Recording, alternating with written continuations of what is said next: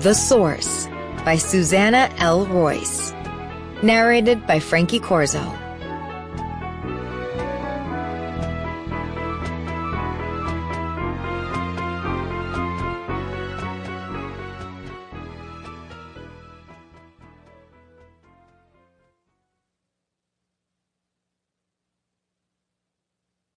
Dedication. To the guardian sea angels throughout the world who are protecting the source of all life, the ocean, leaving a legacy of inspiration and caring, and making a difference for all humanity. 1. The Champions. He had ridden thousands of rails, jumped more curbs, and spun more mid-air 360s on his skateboard than any other kid in the state. Even with that, he was always looking for something new and unusual to challenge his ability and talents. Fearless, he would try just about anything to create another one of his mind-blowing tricks. This undisputed skateboard king, better known as Skyrider, had just expanded his kingdom by capturing the West Coast Skateboard Championship. Clickety-clack, clickety-clack, clickety-clack. You could hear him ripping along a block away. He was on and off the sidewalks, jumping curbs and trash cans as he barreled down the street to hook up with his best friend S.O.U.R.C.E. Equally talented, she had easily captured her division at the same championship competition. The two friends loved creating and perfecting breakdancing-style tricks on their boards. Ryder specialized in hair-raising stunts and eye-popping maneuvers, and S.O.U.R.C.E added gymnastic acrobatics to her freestyle performances. Wearing a shirt, jeans, a backpack, and a boogie board strapped to his back, Ryder came flying around the corner and crossed the street toward S.O.U.R.C.'s house. When he arrived at her driveway, she was waiting for him, outfitted the same way.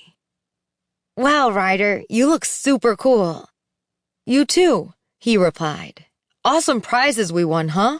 The trip to Ocean World, wetsuits, backpacks, boogie boards, and these custom-made skateboards with our names on them. Unbelievable." S.O.U.R.C.E agreed. "Yeah, and just for doing what we love to do best." "Got that right," said Ryder as he pulled a sports drink out of his backpack, chugged half, and motioned to S.O.U.R.C.E. "Come on, it's flying time. This is going to be a blast." The day began with an early start, so the two adventurers had plenty of time to do everything they wanted to do. It was the first time the pair was going to skate on their custom-designed wheels. Heading to the beach, they planned to ride along the bike path, surf with their boogie boards, and visit a fun-filled entertainment pier. The pier was a great place to hang out. It had all kinds of shops, food stands, and a double Ferris wheel that spun high out over the water. The two stepped on their skateboards, and off they went. They zigzagged through the neighborhood toward the road that would take them down to the highway along the ocean. In no time, they reached the stop sign at the top of the canyon above the beach. Ryder spun around on his rear wheels and stepped off. S.O.U.R.C.E did the same as he took some snacks out of his backpack. "Here you go," he said as he handed one to her and then ripped open the wrapper on his. S.O.U.R.C.E watched as he devoured his trail mix bar and washed it down with the rest of his energy drink. Finished in less than a minute, he barked out a couple of obnoxious belches and tossed his trash over his shoulder. The wrapper and empty drink container landed in the drainage ditch next to the sidewalk. S.O.U.R.C.E confronted him as she put her trash in her backpack. "Why did you do that, Ryder?" "What are you talking about?" he asked, completely clueless. "Tossing your trash," she responded, pointing to the ditch. "Duh! Why do you think? To get rid of it," he said, ignoring her concern.